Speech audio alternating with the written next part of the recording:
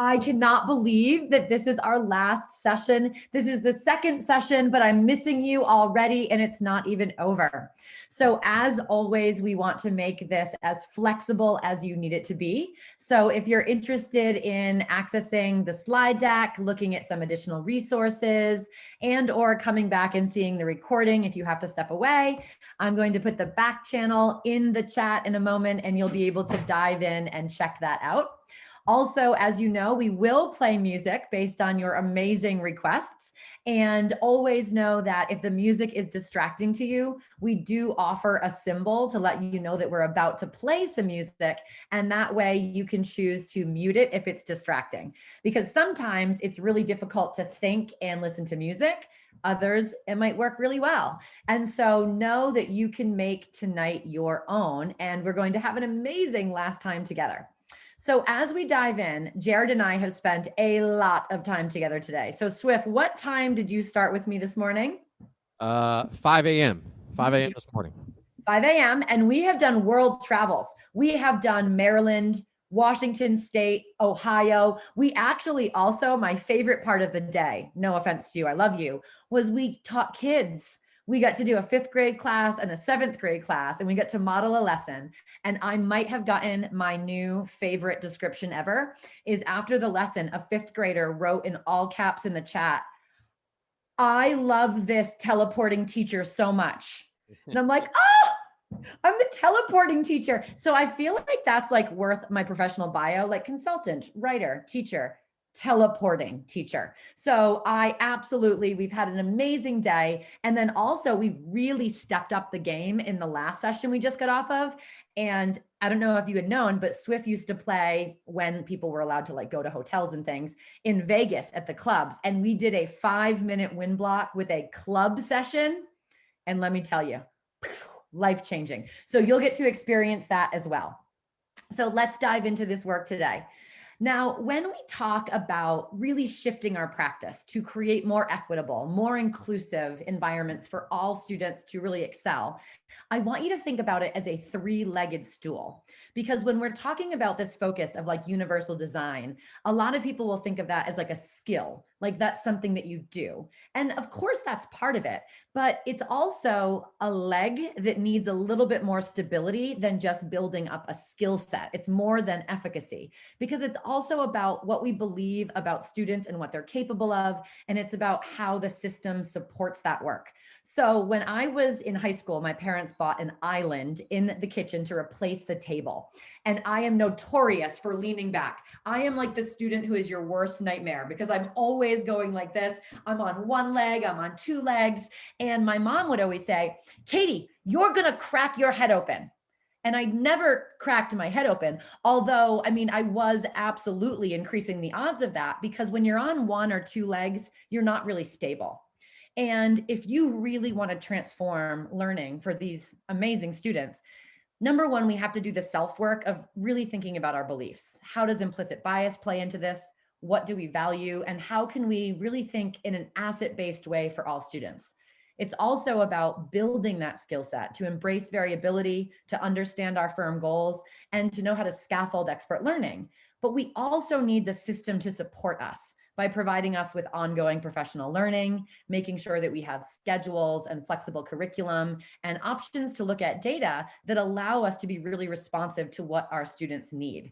And so as we begin today, I want you to reflect on the stool that you're sitting atop, which is thinking about how do you shift your mind, build your practice, and really fight to create a system that better supports all of our learners. So that is the goal of this series. And I started with this and I want to end with this. And so I'm going to give you a minute just to reflect on what you have learned about beliefs and skills and systems and why universal design for learning is absolutely so critical to meet the needs of all of our students. Now I'm going to provide you with a couple of sentence stems because that might be helpful. You might say, "I notice," or you might say, "I wonder," or you might say, "I think." So you could say something like, "I think this is really important work and I'm really excited to go back to my district and share it with my colleagues." Or, "I wonder if there's any models of districts who have done this really well that we could visit." So let's take 2 minutes. I'm going to put on the timer. If the music is distracting, just a reminder to mute it. Otherwise, get your dance on. And Jared.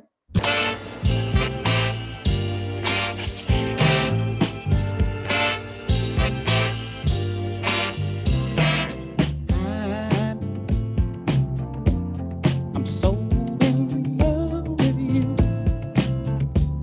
Whatever you want to do is all right with me. 'Cause you make me feel so brand new. And I want to spend my life with you. And they say things, baby, since we've been together. Ooh, loving you forever is what I need. Let me be the one you come running to.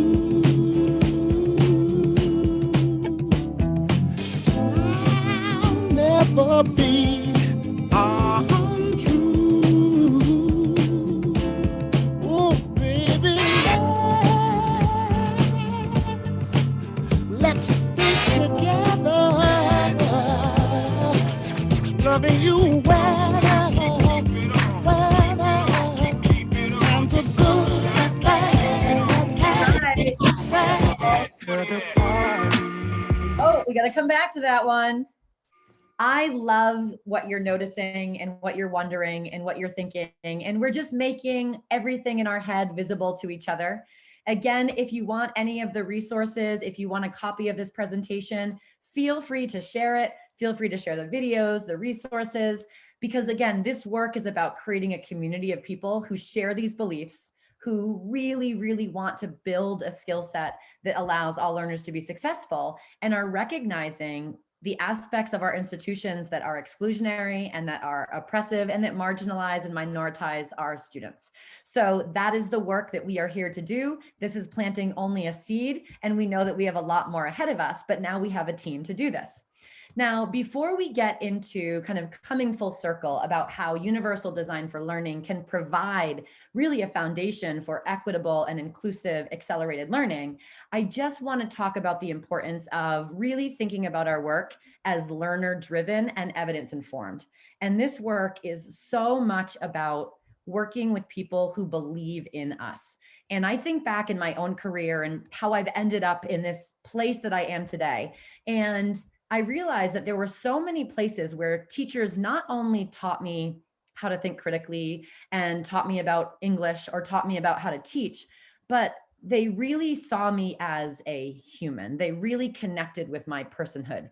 And I want to share with you a story and then have you all share a story as well. Because as much as this work is about, again, understanding variability and really embracing firm goals and believing in expert learning, it's also that we need to connect. And David Rose, the founder of CAST, has always said that teaching at its core is emotional work. And so I'm going to share just an example of how little things can go such a long way. So I became a teacher in the year 2001. I actually did not think I was going to be a teacher. I went to college for something else. And then I transitioned over to getting a master's degree in education. And I don't know if any of you have heard this before. I don't think I've ever told this group before, but I was non-renewed from my first teaching job. And hashtag expert learner, I really was like, well, maybe this is it for me. The district, I was not RIFT, I was non-renewed. So there was a choice that I wasn't a good fit for the district. And as I think back and reflect, I can certainly see that there were things that I could have done differently. But I think predominantly it was very much about that I didn't feel that there were certain aspects of the system that were good for kids. And I definitely did not go about being vocal about that in a really productive way. But ultimately, I did not get rehired for my first teaching job. And so I was like, I don't know what I'm going to do here. I asked, what could I work on? And they're like, technically, we don't have to give you a reason. So if any of you are feeling like, oh my goodness, like if you're ever non-renewed, if you've been non-renewed, just, sweet, sweet justice is just becoming a better teacher and finding your space. So I don't have a job, and I am engaged to be married to not my husband, and this fiance number one. And so I'm looking for a job anywhere. I'm literally applying anywhere in the state of California. And I ended up getting a job in Big Bear Lake. And so it's right near you. So my second year of teaching, I like go up to Big Bear, and I was like, I went for an interview, and the woman said, okay, you're hired. We start Monday. I'm like, start Monday. So I like go up to Big Bear Lake. I'm like renting this little place by myself. And the plan was that like, I'll go up, my fiance will give a couple of weeks notice from his job, and then he'll come up. So long story short is I go up to Big Bear by myself, like no furniture, in this adorable little A-frame cabin. And, you know, I teach for a full week, and then Kevin is supposed to come up, and Kevin sends up a friend to pick up his stuff, and he is with somebody else. So my fiance had found someone else, which was much better for him. And in hindsight, much better for me, but I am fractured, right? I am 22 years old. I have lost my job. The person who I'm supposed to marry in like 4 months, who he sent out like wedding invitations, is now with someone else. And I just simply can't even express how traumatic that time was. So I was like, you know what? I'll just quit my job. There's no reason for me to be here in California. Clearly, I'm not good at teaching. And so I'm just going to go back. I'm going to go back to Massachusetts, where I'm from, and I'm going to do something else. Yes, Mark, exactly. Very classy. And so as I'm sitting there like crying, selling my wedding dress on eBay, I call the subline, right? I'm not coming to work ever. And clearly whoever checked it had the sense to be like, this is not good. And to call the principal immediately, being like, I think this kid is falling apart. And I will never, ever forget the story. It's like so embarrassing and vulnerable to tell it now. But I basically said, I'm not coming to work. I may never come to work again. And I'm like blubbering. This is over 20 years ago. And so the principal called me that night, and she's like, take the time to grieve. What a terrible thing, you know, allow yourself to, you know, to feel that. Don't worry about it. Like, we'll take care of your kids. But the next day, this is the real story. The next day, that principal drove to my house with 2 pizzas, and she knocked on my door, and I opened the door, and this amazing light of a woman is like, I'm guessing you're hungry. And she sat on my floor with me, and we ate pizza. And she's like, come back when you're ready. The kids love you. You're amazing. This will get better. Allow yourself to grieve, and then look forward. Don't look back. And that has just always stuck with me 20 years later, is how somebody bringing me 2 pizzas allowed me to stay in education, because I was ready to leave. And so I want you to honor this work for a moment. The power of teaching, the power of administration is, yes, you could be the best designer in the world. And yes, you could shift the system. But if you don't have the heart to see the humanity in every one of these kids and what they're capable of, and to see that humanity in your colleagues, then you're not going to be able to move the mountains you need to. So 2 minutes here, tell us your stories. And then we're going to talk about how in our own practice, we're not going to look back. We're going to look forward. Jared? After the party, let's take a little time and talk about it. What's going through your mind? It has me shaking. Ooh, it looks so right. I wanna ride. See, I would be lying if I ain't tell you. It made me wanna flip, and you can't tell me you ain't feeling nothing. Girl, it's our chemistry, like icing on a cake. I hope you stay so we can do our thing after the party. You ain't gotta stop, baby, do your thing. Don't stop, the music drops. Rock with me. Get on top, you can take it off. What's it gonna be?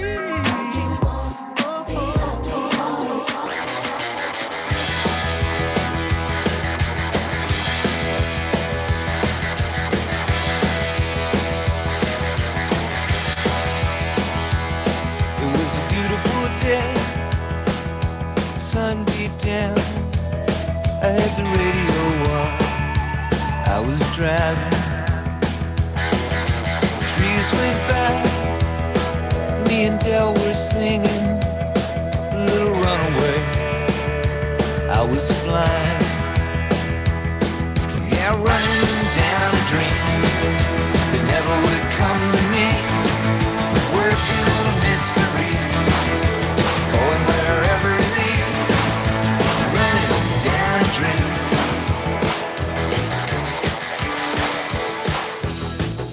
Correct that whip. Give the master slip. Step on the brick. Break your mama's back. When a problem comes along, you must whip it before the cream sets out too long. You must whip it when something's going wrong. You must whip it. Now whip it. Keep it shape. Shape it up. Get straight. Go forward. Move ahead. Try to detect it. It's not too late to whip it. Whip it good. When a good time turns around, you must whip it. Right. Never live it down. So I have to tell you, if any of you work for this woman, it's very possible. She's now a superintendent of schools. Her name is Lori Bruton. And last week I sent her an email because as I was preparing this presentation, I was trying to think about how little things matter so much. And so I wrote down the story, 3 or 4 pages, and I sent her an email. And I essentially said to her in this email that you may not remember me, but you hired me as a high school teacher. I was Katie Thibodeau then. And then I went over and told her the story. And Dr. Lori Bruton response was, yikes, this is a long time ago. By the way, I was a 40-year-old principal just finding my way. I was being a person and you were young and heartbroken. I originally read this and thought it was sent to the wrong person. And then I remembered your dog and your apartment and your heartache. If youth, heartache, and loss do not touch your heart, nothing can. Women support other women because we've all been there, and it is absolutely the right thing to do. Thank you for reminding me that a kind heart is more important than all the intelligence in the world. And when I think of just the work that we are capable of doing, not only in our minds, but I think about UDL as being so much heart, about seeing students and that they are capable in different ways and really connecting with them and remembering that this work is not just about content, but it's about teaching students how to learn, how to love themselves and how to really move forward. And so as we do that work together, we have this really amazing opportunity to say, let's continue to look forward. Let's remember how important this work is. And yes, it requires us to have a pretty impressive working memory because there's a lot of things that we have to do to touch the minds and hearts of our kids. It's not only about being universally designed, but recognizing that there are barriers with racism and ableism, and we have to be culturally sustaining and anti-racist and trauma-informed, and that's a lot. But it all comes down to these are somebody's babies, and that like if we can't design learning that really embraces them and empowers them, then I'm not sure why we're doing this work.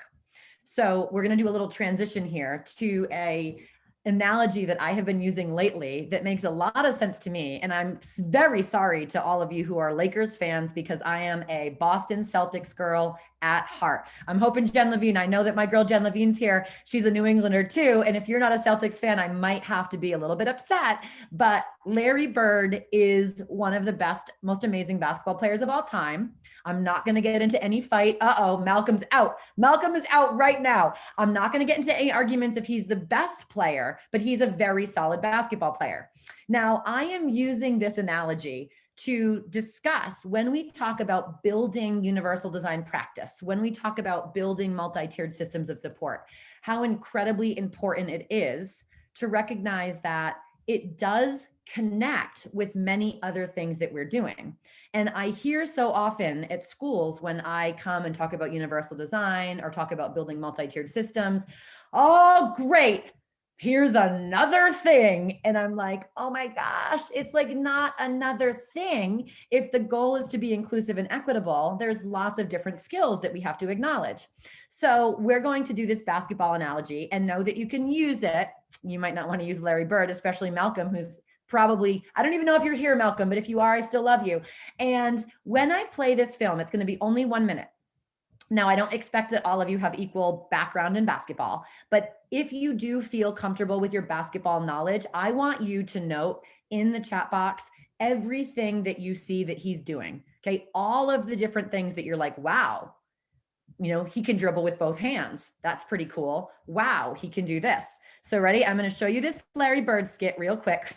Play. These are like considered to be some of his best playoff plays of all time. I'm going to get goosebumps. It's so good. And here we go. Larry Bird, all my basketball fans, help everyone else out and make a list in the chat of all the things that he is just nailing.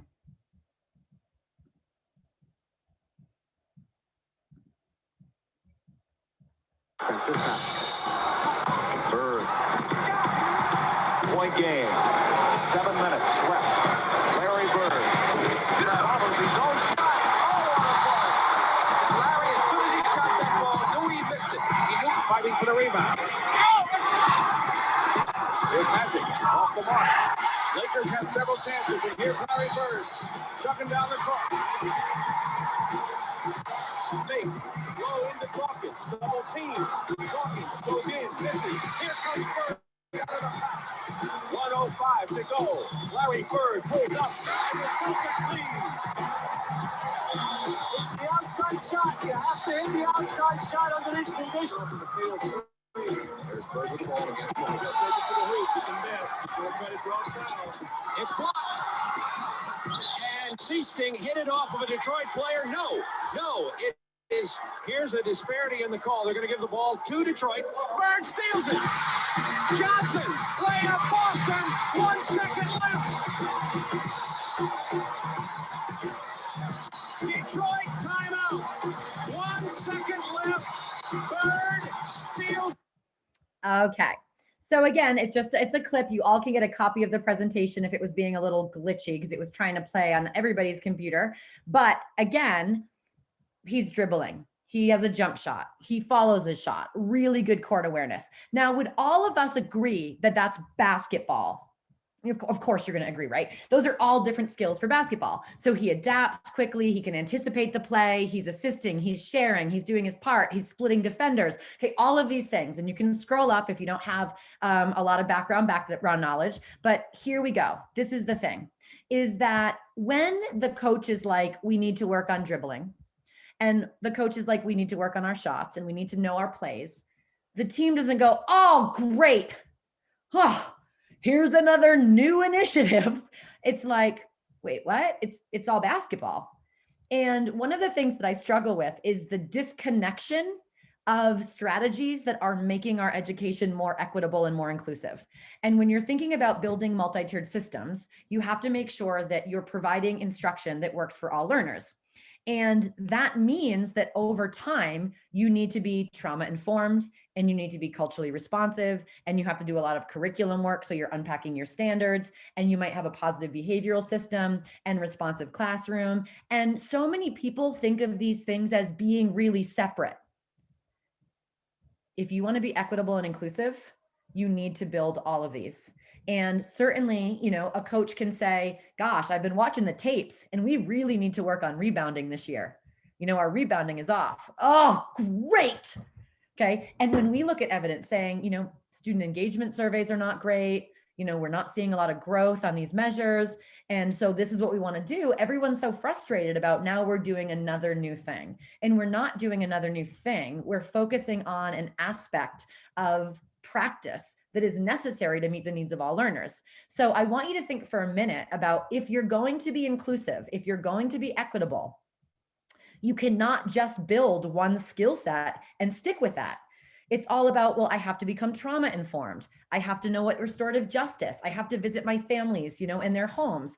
I have to collaborate with my colleagues. And that is now the job of being a teacher. There's many different skills. And so let's brainstorm here for 1 minute. Jared, play some music. Again, if the music is distracting, always know that you can mute it. And I want you to share, because this is going to help you go back and advocate at your schools. So you might want to put it in the chat alert. You might want to start making connections, but like the umbrella here is, we want to create a system where students don't face barriers that prevent them from learning. So a lens that I use is I'm going to universal design by recognizing those barriers and eliminating them. And that requires that we make connections to other frameworks like differentiated instruction, like culturally responsive teaching. And I'm going to model a lesson where hopefully you can see all of those come together. But Jared, 2 minutes, here we go. Tumble out of bed and I stumble to the kitchen. Pour myself a cup of ambition and yawn and stretch and try to come to life. Jump in the shower and the blood starts pumping. Out on the streets the traffic starts jumping with folks like me on the job from 9 to 5. Working 9 to 5. What a way to make a living. Barely getting by. It's all taking and no giving. They just use your mind and they never give you credit. It's enough to drive you crazy if you let it. 9 to 5 for service and devotion. You would think that I would deserve a fair promotion. Want to move ahead, but the boss won't seem to let me. I swear sometimes that man is out to get me. All the rocks that I got, I'm still Jenny from the block. Used to have a little, now I have a lot. No matter where I go, I know where I came from. Don't be fooled by the rocks that I got. I'm still Jenny from the block. Used to have a little, now I have a lot. No matter where I go, I know where I came from. From in living color to movie scripts to all the six to J-Lo to this headline clips. I stay grounded as the amounts roll in. I'm real, I thought I told ya. I'm real even on no bruh. That's just me. Nothing phony, don't hate on me. What you get is what you see. Don't be fooled by the rocks that I got. I'm still Jenny from the block. Used to have a little, now I have a lot. No matter where I go, I know where I came from. Don't be fooled by the rocks that I got. I'm still Jenny from the block. So yes, yes, and yes, all of them, all of them. And what's so tricky is like, can you do them all at once? No, that's not realistic. But this is why we continue to add things and add things. You know, it's like, okay, you've learned these 4 plays, let's learn a new play. Up, let's look at the evidence. And we have to go back and we have to focus on this a little bit more. And again, you know, all of these things are like a big spider web knot of like really equitable learning, because I just don't see how you could eliminate all the barriers in a classroom if you're not really trauma informed, if you're not really thinking about how to make things linguistically appropriate, if you're not culturally responsive, if you're not thinking about how to make everything more accessible, if you don't know your content and what the firm goals really are. Okay, there's so many different pieces to this. And helping people to recognize where they fit is really important to do this work moving forward, because we try to create equitable systems and there is not just one approach that we can use. Now, a lot of conversations lately are talking about this concept of acceleration versus remediation, especially in light of the past year. And so in that back channel, I put a couple of really good resources for thinking about the difference between acceleration and remediation. There's a really, really great one from the National Council for Students with Disabilities, and they look at all the different evidence base. And they say, like, if we are going to accelerate learning, if we're going to move forward, we have to do these things. And I think that right now there's this belief of, you know what, for a year, learning was really impacted. And that certainly we don't expect that everybody had the same access, the same opportunities, the same expectations when they were in different learning environments. And so there's a lot of conversation about we can't move forward because potentially some students might have missed a year of instruction. And acceleration is saying, wherever you pick up, you focus on grade level standards and you move forward. And so the most important evidence-based strategies are really thinking about what are your grade level standards, asking all students to know and do, and to really focus on those, to create essential standards and to prioritize those standards. And that goes back to firm goals. The next is we need to make sure that some students have additional time for us to target skills. It's not time instead of grade level instruction. It's time in addition to grade level instruction. And so how do we do that? And I'm going to model a lesson that shows you how within a classroom, you can actually create something focused on universal design for learning, and then also target students through differentiated instruction to make sure that all students have access to grade level rigor, equal opportunities, equal access, equal hope. And then in addition, some students might need additional targeted support. When you think about this as a systems level, you're going to get into MTSS or multi-tiered systems. And to learn more about that, again, you can go into that link and you can find it there. It's also really, really focused on deep engaging learning. So remember last week we talked about what is deeper learning? It's learning that builds critical skills for future learning, that is authentic, that is relevant, that is rigorous. So already you're talking about MTSS meets UDL, meets RTI, meets deeper learning. Like there's so many things that are connected just within these 4 strategies. So as you're thinking about designing learning for moving forward, always know that the responsibility is how do I make grade level instruction engaging and accessible? And do not follow the temptation to say, I have to go back a year and start there, because students will never catch up. And so just as I told the story about, Dr. Bruton and how grieve the loss and then look forward. We did not choose the last year to be like this, but the best, kindest, most humane, heartful thing that we can do is to provide students with really rigorous instruction and also help them to build the skills that will allow them to be successful in the future. So we are going to take a really brief windbreak here because it's a good time to get out of our seats, to reflect. And when we come back, I'm going to model a lesson of which I used Eureka Math, which is, I think, a strong curriculum. It's aligned to standards. Some people call it Engage New York. Some people call it Eureka. It's the same thing. And I'm going to show you how you could take that lesson, which is very high quality, and make it more accessible, more engaging, really tap into students' funds of knowledge, and also build those deeper learning skills where they can reflect and they can make choices. And so, Jared, can you give us the Vegas experience for this wind block? Oh, this one right here? Okay. Yeah. It was pretty magical. So again, Jared's done radio in Palm Springs, but he's also got to be a guest DJ in Vegas. And we decided in the last session that we were going to go to the MGM Grand in our minds. And what's the name of the club there, Swift? Hakkasan. Hakkasan. We're going to be at Hakkasan, and wear your best things that you want to wear, and it's going to be amazing. And so during this 5 minutes, again, if the music is not your thing, you can just put it on mute, but get out of your seats, take a stretch, do what you need to do, what I need. And then you're going to be refreshed and ready for a model lesson that brings together so many of these different strategies. Seeing students, connecting with students, universal design, differentiated instruction, being culturally responsive. It's just all part of basketball. So 5 minutes and then we'll finish off together. Here we go. I could stick around and get along with you. Hello, oh, oh, oh. It doesn't really mean that I'm into you. Hello, oh, oh, oh. You're alright, but I'm your darling to enjoy the party. Don't get too excited, cause that's all you'll get from me. Hey, yeah, I think you're cute, but really you should know. DJ Mr. Swift says hello.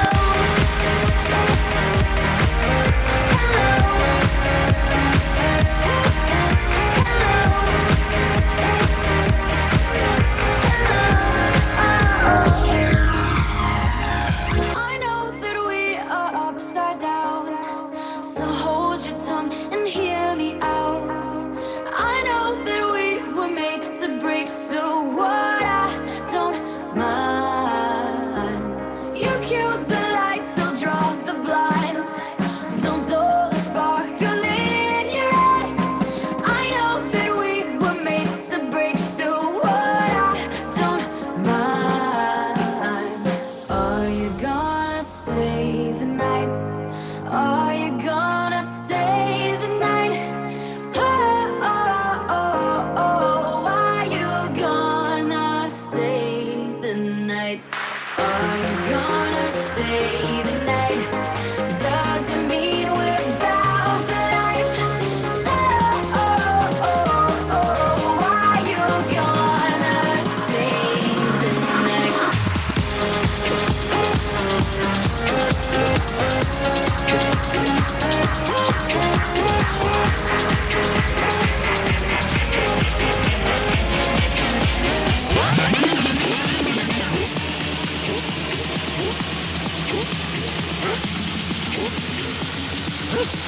kidding.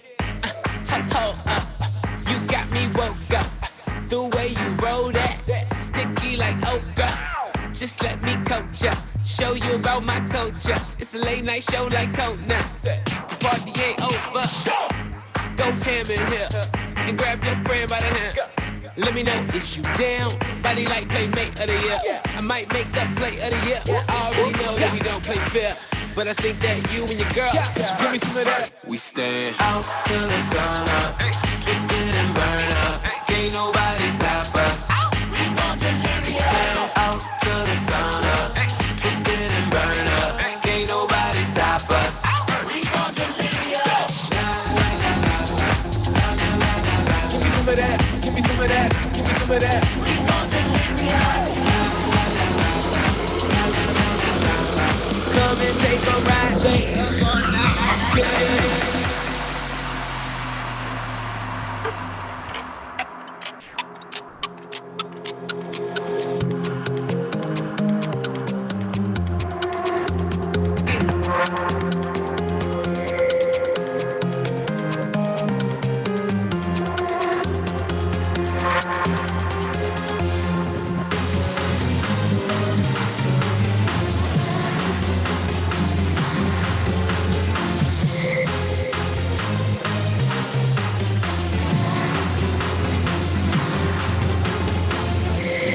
Feel my way through the darkness, guided by a beating heart.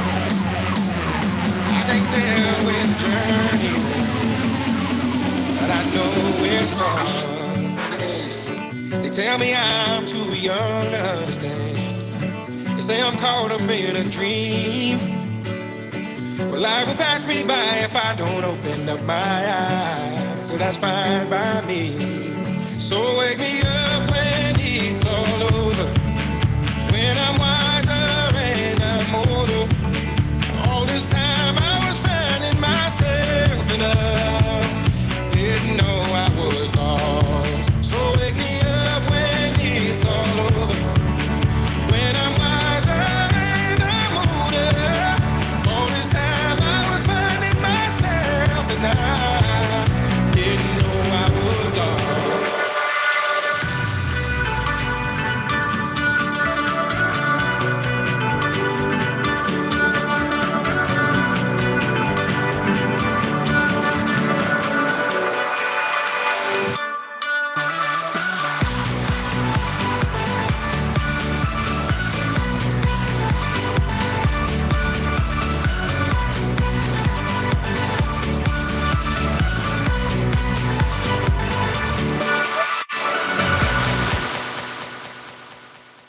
All right. So last time I modeled just an example of how I think about providing different options in an English class.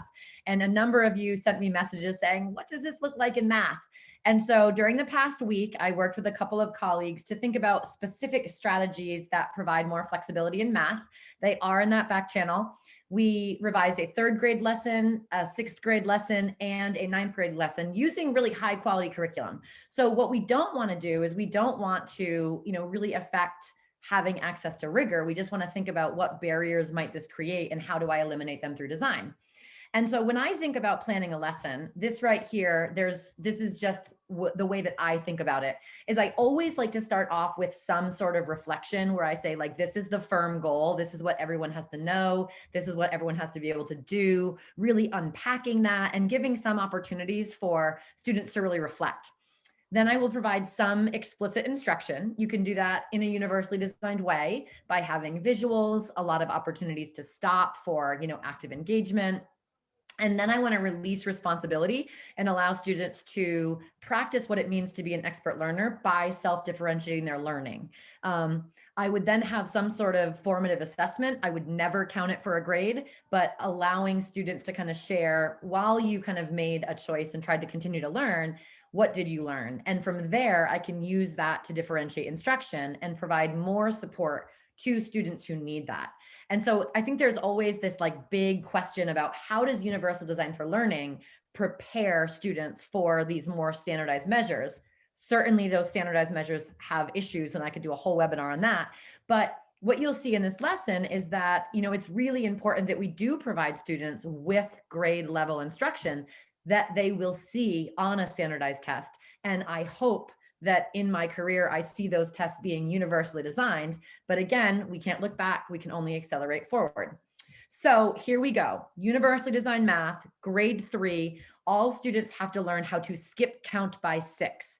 And certainly there's lots of ways to skip count by 6, but the standard talks about different strategies. And the strategy that we're going to work on in this lesson is decomposition of numbers using number bonds. So a 6 is like a 3 and a 3 as an example. And so, I always start off with students. I use the language of the standard. I don't try to simplify it. You all have to learn how to skip count by 6s, understanding this concept of base 10. And so Eureka, Engaged New York, they have some fluency activities at the beginning. They have all students work through all fluency activities. So you could set that up as a station rotation, or you could provide students with options about like which is going to be your warm up. But this is where I really think about how can I connect with kids? How can I allow them to bring their funds of knowledge? How can I build background knowledge and create an authentic scenario? So this is going to be the scenario. I want you to all picture yourself in this scenario. Now, if you were in my class, I would start talking about this concept of penny candy, show images from the 1950s, the 1960s, different sweet shops in different countries, and ask students to think about like in their culture, what type of like sweet treat do they like, connecting with each other, talking about growing up, how much I loved these snow caps. So we're like kind of building that background knowledge together. I'm just checking in with all of them. Now, here we go. I went to a penny candy store with my dad. And one would think that a penny candy store would have candy that cost a penny. And it turns out, nope, not so much. So here's how I got ready. In one hand, I had 13 pennies because my dad said that I was allowed to have 13 pieces of candy. And then I have like a big old bag of all my other change, things that I like pick up around the house. So I have 13 pennies in one hand and I have a little tiny bag of change in the other hand. And my dad's walking around the store somewhere. So what do? I pick out 13 pieces of candy and I'm like really excited about it. And then I notice each of those pieces of candy is 6 cents. 6 cents. Why don't they call it 6 cents candy? They call it penny candy and it's a lie. And so I'm like really overwhelmed.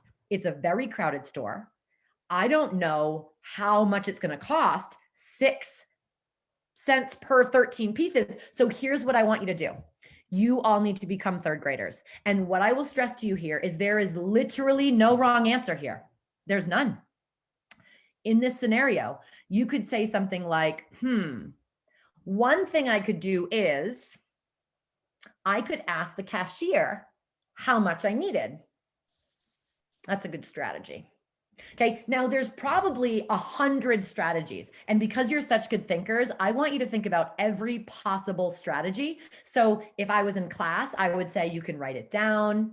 You can like talk about it, but what on earth do you do in that situation? So Jared's going to give us a little candy vibe. And I want you to put yourself back. You're 8 years old. What is something you could do to get 13 pieces of candy at 6 cents correct? Ready, go. I take you to the candy shop. I let you lick the lollipop. Go ahead, girl, don't you stop. Keep going till you hit the spot. Whoa. I'll take you to the candy shop. Yeah. One more taste of what I got. I'll have you spending all you got. Come on. Keep going till you hit the spot. Whoa, whoa, whoa. I want candy. I want candy. I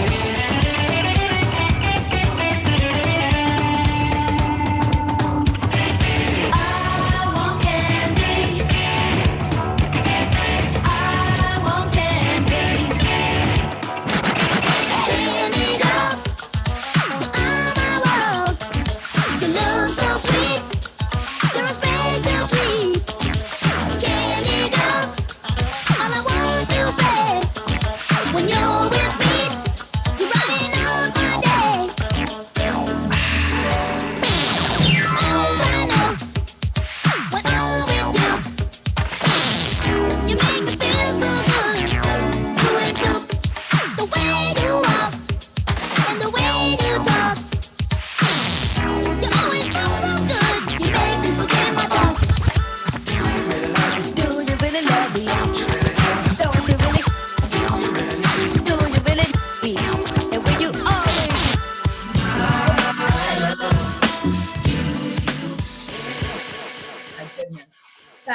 such good ideas. And I agree, Marisol. I feel as though I might want to write a letter. I feel like there's false advertising. I don't think you can call something like the dollar store, everything is $1, but the Dollar Tree, things are like $5. And that's confusing to me too. And so like we're talking about this, and I would go around and talk to every single student. Okay. If we were online like this, I would be commenting on everybody. And if I didn't hear from a student, I would like always kind of keep a track and tick. And then I would send a private message of like, what do you think you could do? Now, all of these ideas are actually amazing and all really good options. And so I love that you're such good thinkers, because I wouldn't have thought of all of those. Now, I also had like an ulterior motive here of we are going to do a prize at the end where we're going to send some really cool little prizes. And I love Conrad Mags. I love your answer. So you win the prize, Conrad. You're going to find a nickel to match with those 13 pennies. That is such a cool strategy that I just would not think of. So Conrad, you're going to have to send Kristen Brooks a private message with your address so we can send you some fun things. But I love this concept of like reflecting. So this is where I would say, okay, so those are all really awesome strategies to figure out what 6 times 13 is. But let's move forward and talk about one strategy specifically, and that's using number bonds. So I would make sure that everybody had, manipulatives and number bonds, and I would actually teach the Eureka Math lesson. Okay. And there's some really nice concept development. There's modeling. Certainly I would pause and like check in and see how everyone's doing. But I'm like, okay, so let me show you in this scenario another way you could do it. Your way is awesome. I love all your ideas, but let's think about how we could do this using decomposition. So I'm modeling these lessons. Now this is where it gets really exciting. I am now going to say, all right, so I know that all of you need different things. And based on context, that could be different than what you'd need yesterday or tomorrow. But I want you to know you have 3 choices for how you're going to learn more about this. And take 5 minutes and really think about which is the best strategy for you to learn more about this. Now, I'm not interested in how you can get 6 times 13 or 6 times 7. I'm interested in how you do that using this strategy. And maybe it's not a strategy you're going to use again or that works really well for you, but I want you to know that it's there. And so after 15 minutes, we're going to do a little tiny x-ray here. I always called formative assessments x-rays. I'm like, the dentist needs to see if there's cavities, he needs to fill them. And so in this assessment, I am going to give a problem that is very, very like something students would see on the standardized test. Okay, I'm going to take the practice problem right from Eureka. And I'm going to say, I want you to explain to me your strategy of how you would solve this. So it's not so much the answer, it's your strategy. Okay. And again, I can universally design this saying like, you could write it out, you could draw it, you could record it in a flip grid if you wanted to explain it that way. There's lots of options based on what you have, but I would be very clear of like, I need to make sure that you can do this strategy. So again, you can explain it in words, you can draw it, you can tell me, but you have to think about what is the best strategy for you to get there. So your 3 options, first one is if you're feeling like, oh gosh, this number bond thing does not make sense to me, then come work with me. Now in COVID land, it might just be, I'm going to continue to teach up front, and students are going to watch me. But then I would always try to say like, guys over here, I have the Glade plugin with vanilla. So, there's a lot of perks to coming over here. Number 1, my shining personality. Number 2, you get to hear this again. And number 3, it smells like vanilla. Okay. So trying to get students to recognize that there's value in collaboration. You can have me explain it again. Some of you might go, I really feel like I have the strategy, but I want to hear someone else say it. So, Khan Academy is a great tool for this. I like Dwayne Habecker, who's a California educator, and he creates mini lessons that are 10 minutes or less. They're always very solid. Also, I know that Zern is a platform that does kind of replicate Engage New York. And I would say to students, like, this is not like, oh, I want to play a video game. This is which of these is going to help you to figure out the strategy. So on Zern, I don't want you just to be blowing through these answers. I want you to think about, how do I use the strategy we just went over in order to answer this? So 15 minutes, students make their choices. And I think there's this concern about like, what if they don't make great choices? I will invest 15 minutes in students all having access to grade level rigor. And, maybe there's a little bit of productive struggle. Maybe it wasn't a great choice, but you're going to see why I still think it's valuable. I'm going to give this assessment, and that's what I'm going to use to differentiate instruction. So Carol Tomlinson is very, very clear on formative assessments to group and flexibly regroup. So I'm not going to say I'm going to pull my students with disabilities as if they're all the same. I'm going to say these 6 kids were not able to articulate this particular strategy. So I need more time, right? That's that acceleration piece. Okay. I don't want to just say, if they can't do it, I'm going to give them 2nd grade curriculum. This is 3rd grade and this is a 3rd grade standard, but I might need more time to say, okay, let's step back. Let's go over how to do number bonds again. And then we're going to do this problem, this grade level problem together. And so within that, I can still universally design it. Do you need manipulatives? Like, come get your notes. But again, you'll see how like I've created this foundation of trying to design for all, really embracing expert learning. And then, you know, saying to students, I need a little bit more time with a certain group of students. And then this right here is where I had so much success with kids, is at the end of the lesson, basically saying, think about yourself as a learner. All of you had access to this. This is, and again, we might not all understand it in the same level, but all of you had access, equal opportunity, equal access, equal expectations. But what did you learn about yourself based on your choices? And if we were to do something like this again, what would you do differently? And there is so much value in those core beliefs. I embrace variability. Everyone gets access to firm goals. And ultimately, I want students to have opportunities to be expert learners. And so, you know, in this, I tap into funds of knowledge. In this, I think about how do I build executive functioning and expert learning. You know, in this, I'm allowing students to collaborate and connect. I'm connecting with every student and creating relationships. There's so many plays in here. And so when people say, just show me a lesson, as this is just something that you could find and replicate, we know it's more complex than that. So what I want to do here is we're going to do 1 minute on this chat alert before I give it over to Brooksy. How did viewing, just an example, okay, all that is an example of some universally designed strategies in honor of the framework. Okay. And, is there other ways to do this? Absolutely. But I just wanted to give you one concrete example of the way that I go about looking at really high quality curriculum and to say, how do I make this more engaging? How do I connect with kids? How do I build that autonomy? So 1 minute here, Swift, and I'd love to hear from you in the chat.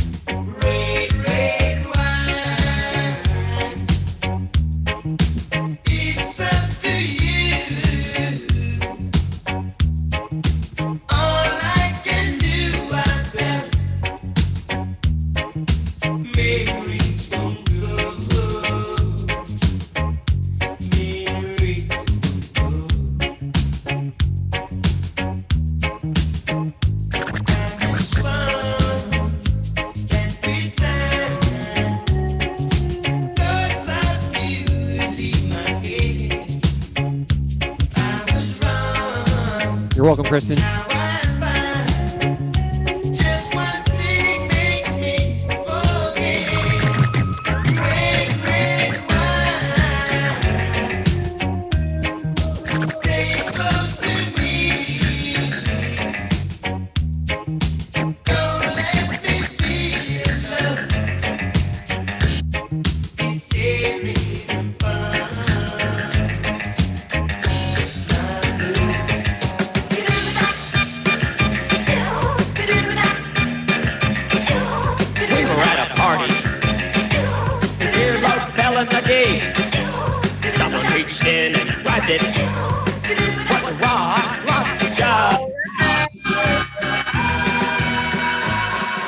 We're going to come back to Rock Lobster.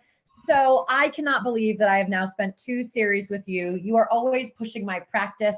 You're always like getting me to reflect and create new content. And I'm so grateful for all of you for that. Now I'm going to hand it back over to Brooksy. I'm fingers crossed that we can figure out a session 3, but there's a very exciting thing happening. I showed you last week a video of my girlfriend Tisha, and this is a picture of me and Mirko and Tisha and my sister, which you can probably glean from seeing how much we look alike. And Tisha is just an absolutely brilliant, passionate educator. And if you are in this session, you are going to love her session. So as her colleague, as her friend, I just want to let you know that she is absolutely brilliant and amazing. And Brooksy's going to let you know that there is an opportunity for you to learn from her, and I would not miss that. So thank you so much for spending this time with me. Conrad, make sure that you send me your address so I can send you a couple of books. And it's been an absolute pleasure every single minute. So Brooksy, back to you.